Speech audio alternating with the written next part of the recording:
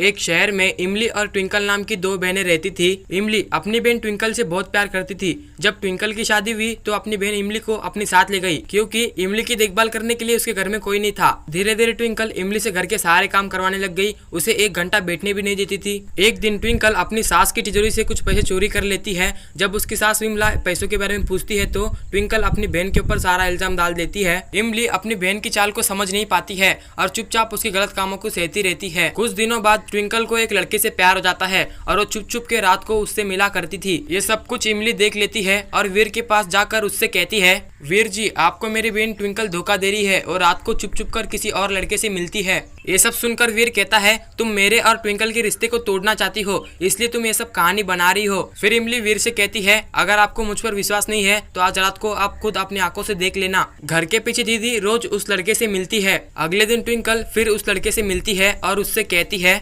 सुनो बंटी, अब मेरा दम घुटता है यहाँ पे, हम दोनों भाग चलते हैं और मैं घर के सारे पैसे बैग में रख लूंगी, तुम टाइम पे आ जाना। और ये सारी बातें वीर और इमली सुन लेते हैं और वीर ट्विंकल से कहता है, अरे हो करमजली, तू शादीशुदा होकर तूने मुझे धोखा दिया, अब तू मेरे सारे पैसे भी लेकर जा रही है। फिर वीर ट्विंकल को बहुत मारता है और उसे अपने घर से बाहर निकाल देता है और वही वीर इमली से माफी मांगता है और उससे शादी कर लेता है। शादी के बाद वो दोनों खुशी खुशी रहने लगते हैं।